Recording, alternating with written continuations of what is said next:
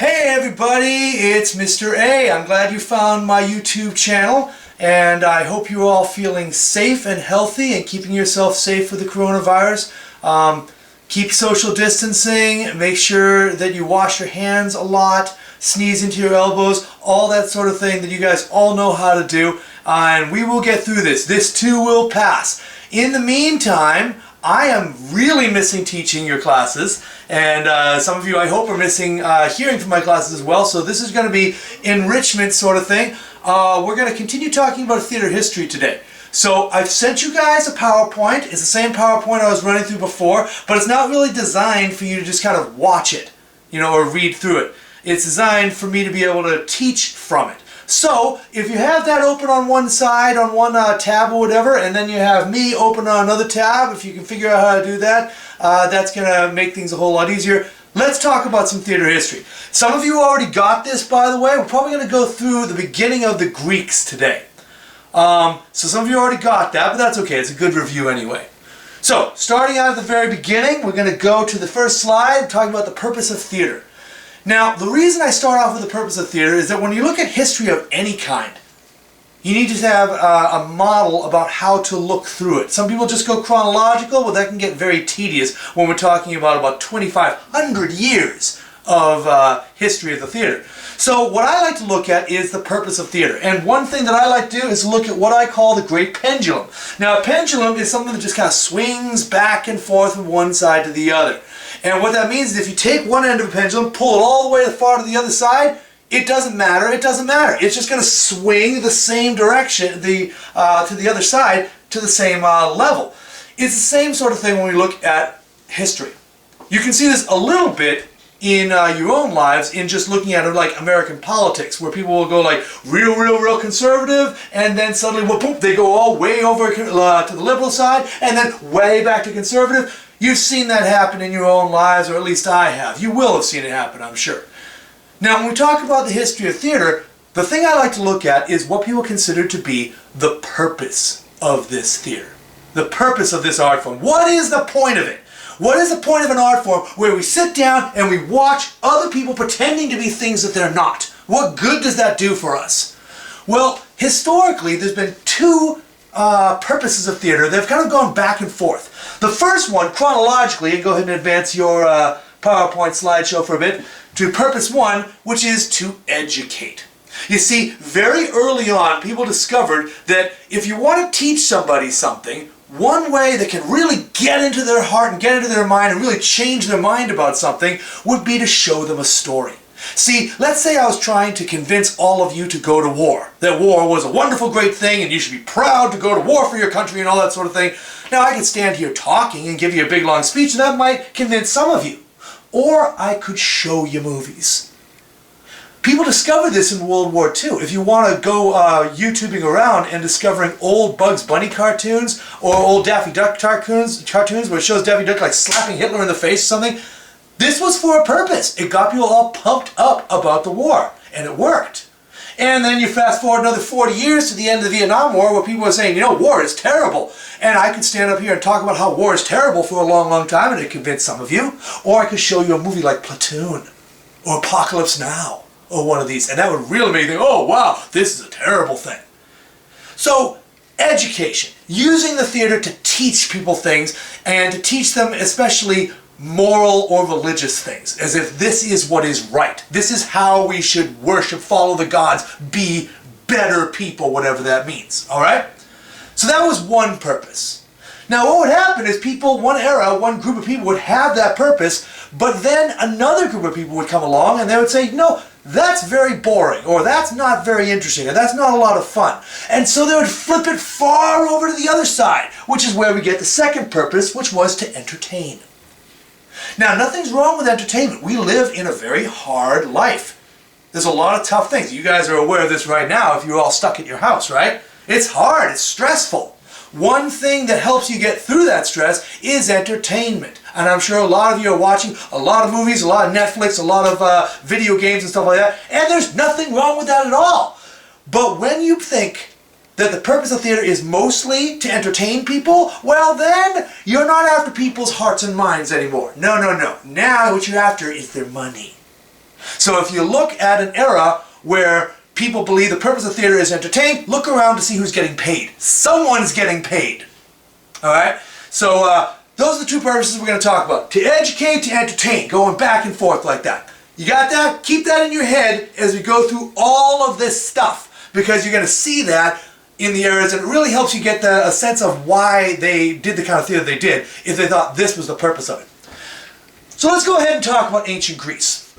Now, when we talk about ancient Greece, I like to start us about 1000 BC. That's long before any of the written materials that we know happened. So we're back in like legendary times for them.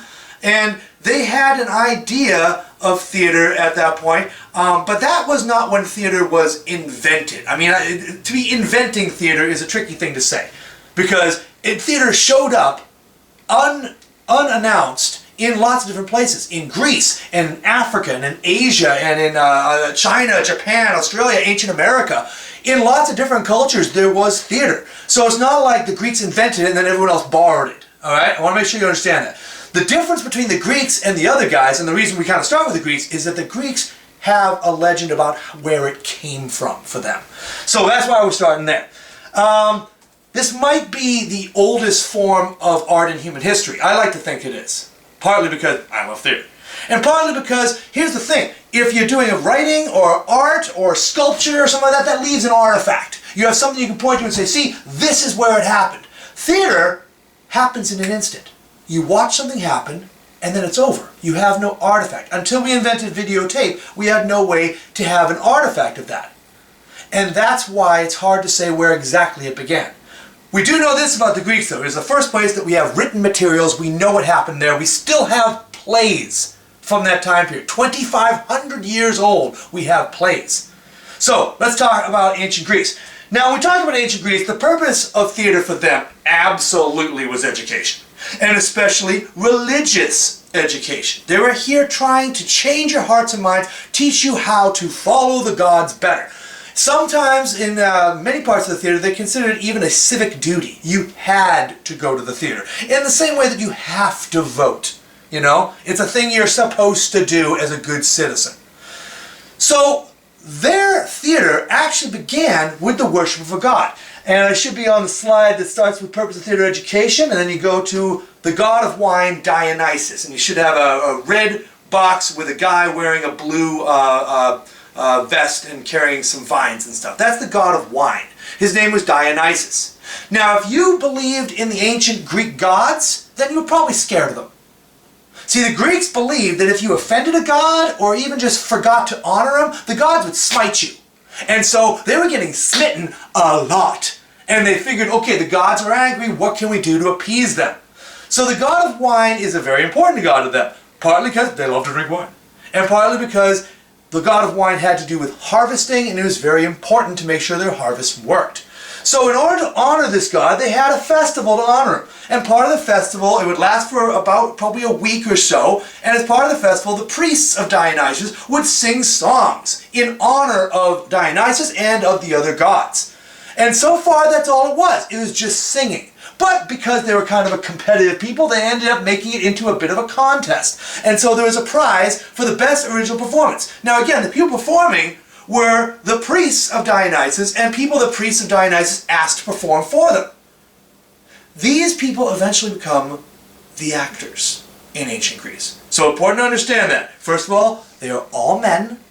There are no female actors in ancient Greece. Even though there are female characters, they were played by male actors, which wasn't considered a big deal for them at all. They didn't have kind of the fear of homophobia that we have today.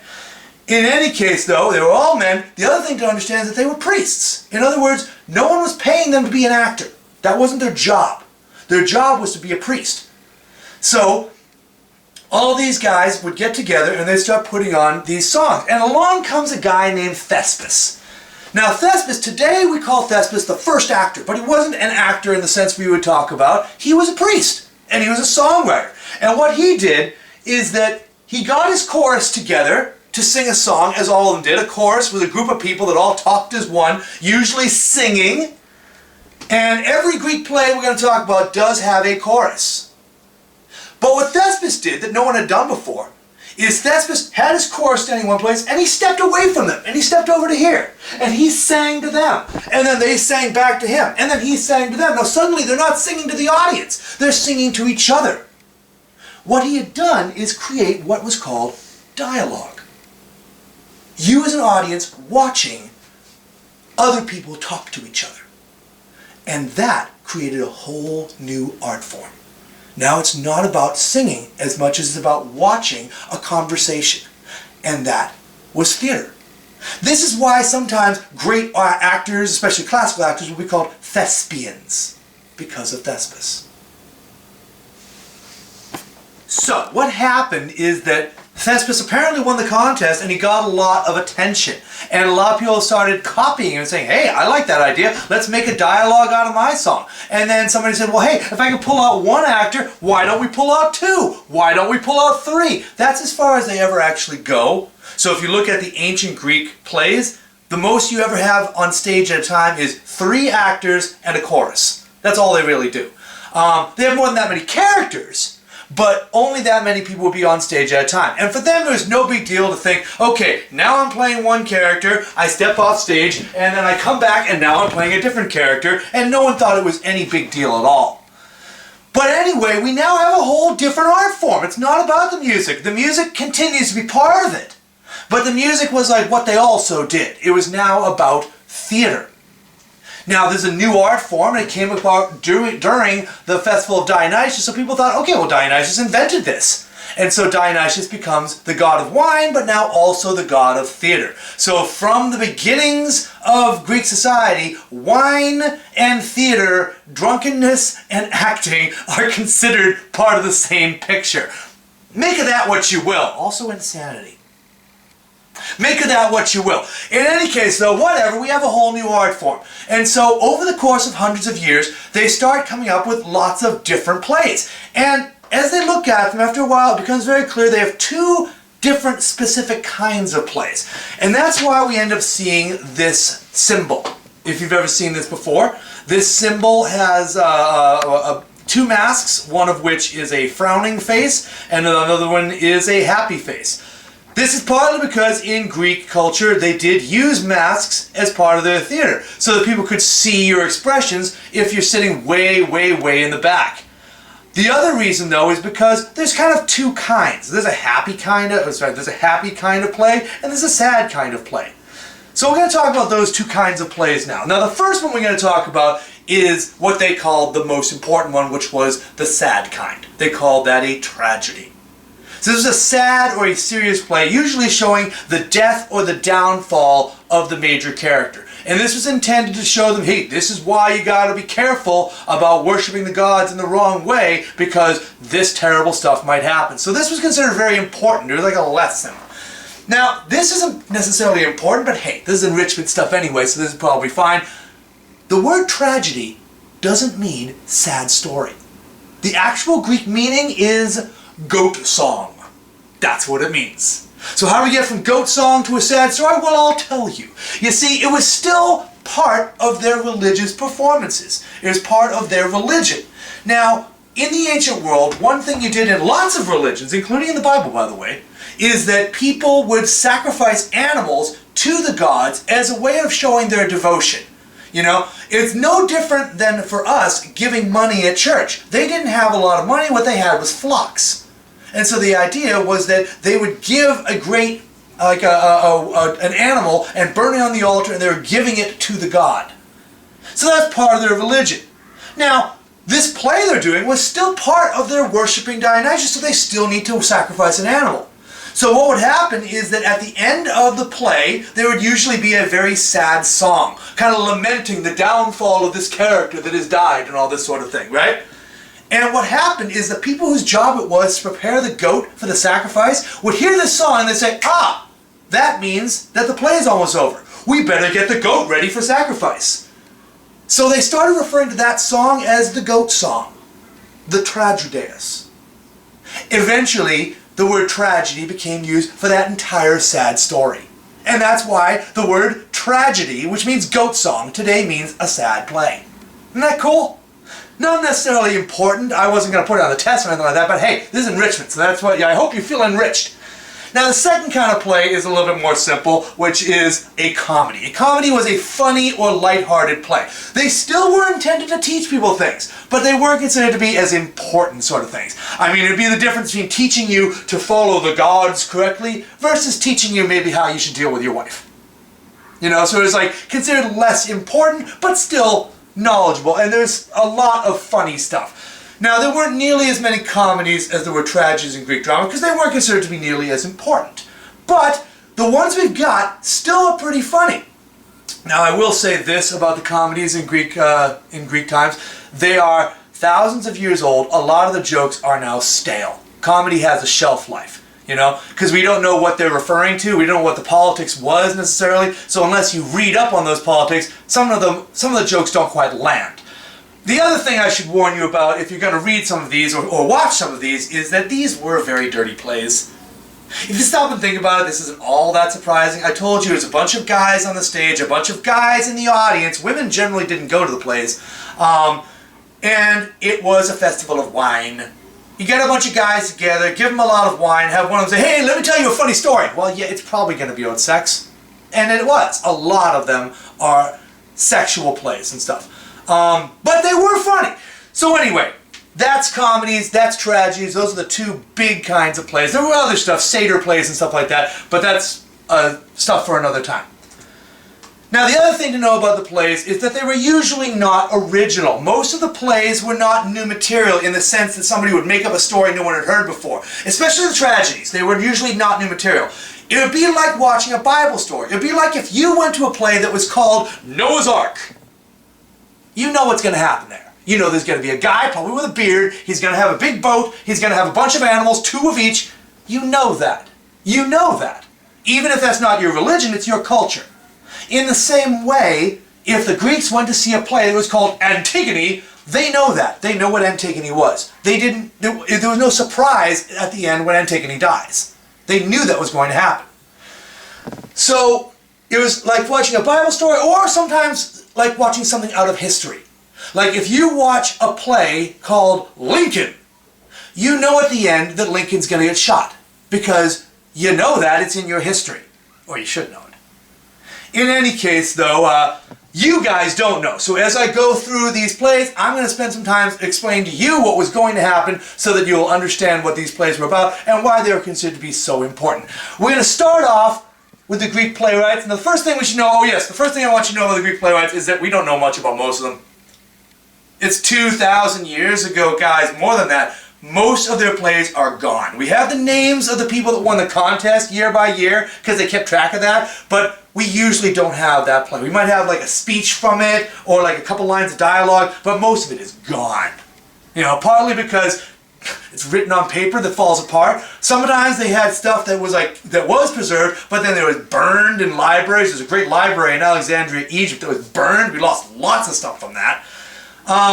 We do have the names and the plays of 4 playwrights from the ancient Greek world that are still around today.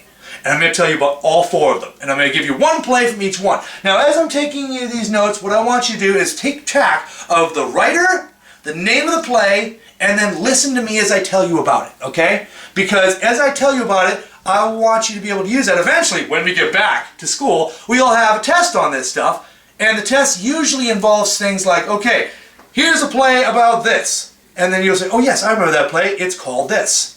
And it was written by this guy. And you'll need to know those things. So make sure that you're paying attention enough so that you can study for it. So to start off, we're going to start off with this guy named Sophocles. S-O-P-H-O-C-L-E-S. Now Sophocles was considered to be the greatest of the Greek tragedy writers. Not by us, by the way. We don't really have much of an opinion about that. By them. They wrote about Sophocles the way that we write about Shakespeare. As if he's just, well, obviously him. Obviously he's the greatest. You know, even if some people disagree, that's kind of what everyone agrees on, you know. So Sophocles was considered really, really great. And the play I want you to know about by him is called Oedipus the King. Now, as I said, the Greek audience would know who Oedipus was. They would know what it means when I'm talking about Oedipus the King. But you don't! So I'm going to teach it to you. Now, usually what I would do if we were up all in class together is I would get some of you up on stage and help you act this out. We can't do that because you're busy being confined to your house, I'm busy being confined to my house. But I do have some things hopefully we can use. Check this out. Okay, so these are some Dungeons and Dragons figurines that I have. It's a little goofy, but hopefully you'll just stay with me, okay?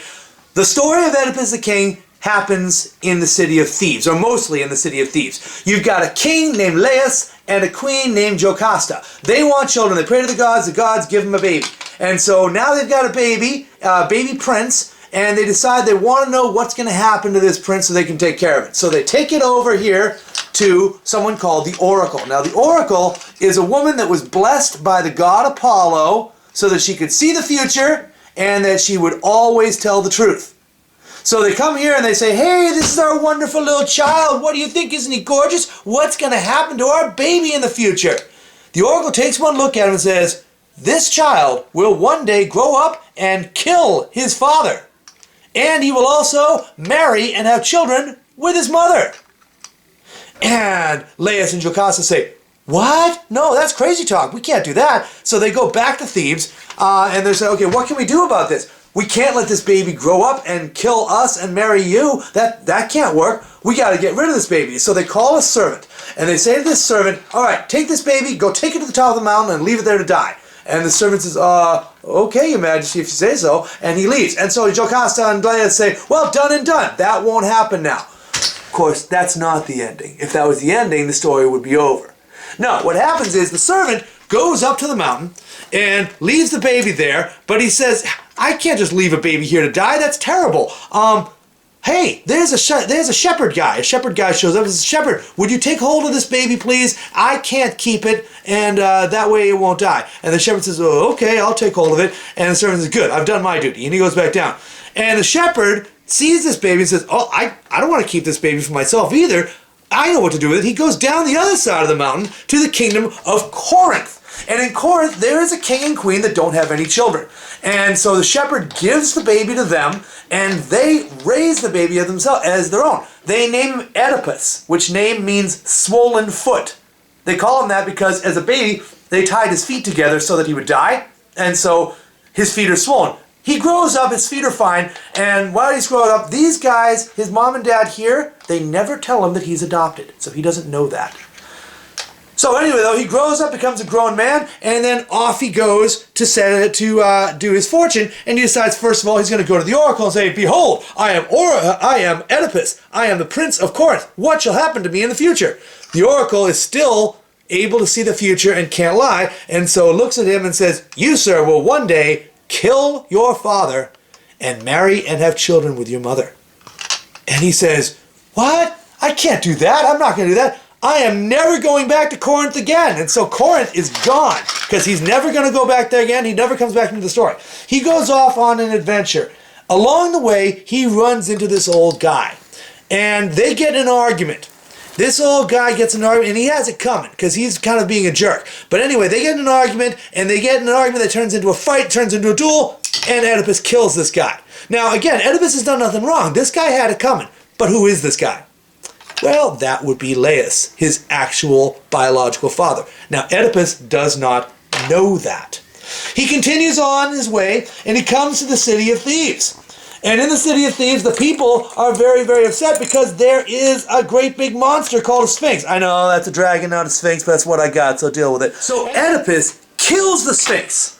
And all the people say, hooray, we love you, Oedipus, for saving our kingdom. Why don't you become our king? And he says, well, I can't just be your king. What happened to your old king? And they said, well, we don't know. He went away one day and never came back. But here's his queen still. If you marry the queen, then you'll be the king. So Oedipus says, all right then, I will marry your queen, and that will make me the king. And she agrees, and they get married, and they have 4 children. Now, what's wrong with that?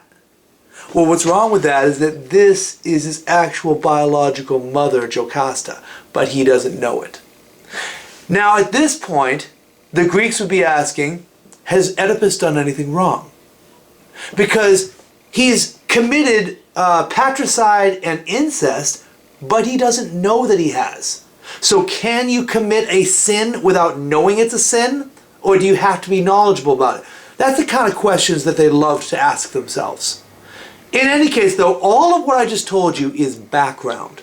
Because this play is called Oedipus the King. And it starts with him as the king of Thebes. The audience would have known all that stuff already, so they know when Oedipus does it. They know that he killed his father and he's married to his mom. So, as king of Thebes, it's his job to take care of the city. And what happens is that there is a great big plague. Lots of people are dying of this plague. And they're all dying, and so Oedipus says, okay, I'm going to fix this. All I want all of you to do is wash your hands a lot, and sneeze into your elbows, and keep social distancing. No, wait, that's not how it worked in the ancient world, how it works in our world, but not how it worked back then. Now, whose fault is it there's a plague? It's the gods. The gods are mad, remember? So Oedipus, instead of telling them to do social distancing, he says, all right, I'm going to send a servant over here to talk to the oracle. So the servant goes to the oracle, and the oracle tells him why, and then he comes back. And he says to him, okay, why is there a plague? Well, the reason there's a plague is because there was a king here that was killed, murdered. Really? Wow. And the person that killed him is still living here in the city. If we get rid of that guy, then the plague will go away. So Oedipus, being the king, says, all right then, as your king, I promise I will find the person that killed the king, and we will kick him out of the city, even if I find him somewhere in my own house. This is what's called dramatic irony. Because the audience, you guys, know what this character does not. That the person he's talking about kicking out of the city is himself.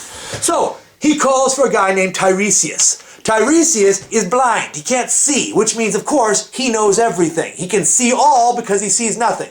Just go with me. It's mythology, okay? In any case, Tiresias is blind, but he knows things. He knows who Oedipus is. So Oedipus says to him, all right, Tiresias, we need to know who killed the old king. Tell us who killed the old king, and then we can get rid of him. And Tiresias says, okay, Oedipus, I know the answer, but you do not want to know. If you learn the answer to this, it will ruin you. It will ruin our whole city. And Oedipus says, well, what are you talking about? Who are you covering for? Who are you protecting? He's like, oh, I'm protecting you. I'm protecting your whole city. He's like, you've got to tell me the truth right now. And Tiresias says, all right, fine, I'll tell you the truth, but you won't believe me. You are the guy that killed the king. You are the guy who killed the king. It was you. Oedipus says, I never even knew this king. I never knew this guy. What are you talking about? You're protecting somebody. Guards, take him away. He says, all right, fine. I knew you weren't going to believe me, so he takes him away. In the meantime, Jocasta shows up and says, hey, why are you taking Tiresias away? And Oedipus says, well, you see, there's this plague, and we had this thing. She tells him the whole story. And Jocasta says, oh, you don't need to listen to the oracle. She doesn't know what she's talking about. According to her, the person that was going to kill my old husband was our baby. And clearly that didn't happen, so you can ignore everything she says. Oedipus says, ooh, I better find out what happened to that baby. So he calls for the servant that was supposed to get rid of the baby. He says, did you get rid of that baby like you were supposed to? Well, no, not exactly. I took him up to the mountain, but then I left him to somebody else. Oh, who'd you leave him for? He said, well, I gave him to this guy from, where'd you say you were from? Right, and how old are you? Okay, you need to stop looking into this. Like, what are you talking about? I need to know the truth. No, you need to stop looking into this. He figures it out. Or at least he figures out what might be the truth. And so he's like, yeah, this you should not know. Oedipus keeps on pushing the issue, though. Along comes this messenger from Corinth. And the messenger says, Oedipus, I have terrible, terrible news. He's like, oh, what's the news you have for me? The king and queen of Corinth who raised you are dead. They died in a plague. And he's, oh, well, that's sad, but it's also great. Well, why would it be great? Well, that means that I didn't kill them, which was what the oracle said I was going to do, and something else, too. Maybe I can't ignore the oracle. And this guy says, wait a minute. Is that why you left all those years ago? They weren't your parents. Didn't you know that? You were adopted. I know because I used to be a shepherd a long time ago, and I found you when you were a baby.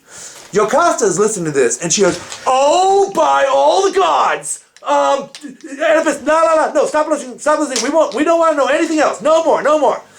Because she figures it out. And then Oedipus could say, okay, fine, I don't want to know, but instead he says, nope, I will not be ignorant. You will tell me the truth. And Jocasta says, fine, beat on your head, because she's figured it out. She knows now that she has married the murderer of her husband, who is in fact her own child. So she goes into the castle and she kills herself, hangs herself. So Oedipus keeps on investigating and finding out what the truth is, until eventually he finds out the absolute truth. Yes, he was the one that killed the king, and he's married to his mom. Now he knows. He's horrified by the knowledge. He runs into the castle. He finds his wife mother hanging there dead, and he says, why did I look? Why did I know? I would have been better off being ignorant. And so he pulls the hairpins out of her hair, jams them into his own eyes, makes himself blind. Because he says, I'd rather that I didn't know and didn't see. And he climbs back out. Now the people then take him and kick him out of the city by his own order, because that's the only way they can get rid of the plague.